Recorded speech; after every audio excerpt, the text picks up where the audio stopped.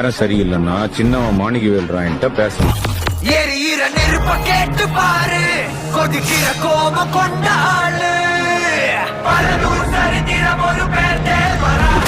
நேரம் ரொம்ப சரியில்லைன்னா அவங்க அண்ணன் முத்துவேல் ராயன்ட்ட பேசணும். கடலுக்கு கால வச்சு பாரு, ரத்தம மாத்தி வச்சதாரு.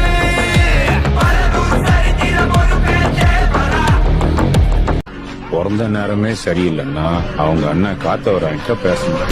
யமனுக்கு பழகுன பேரு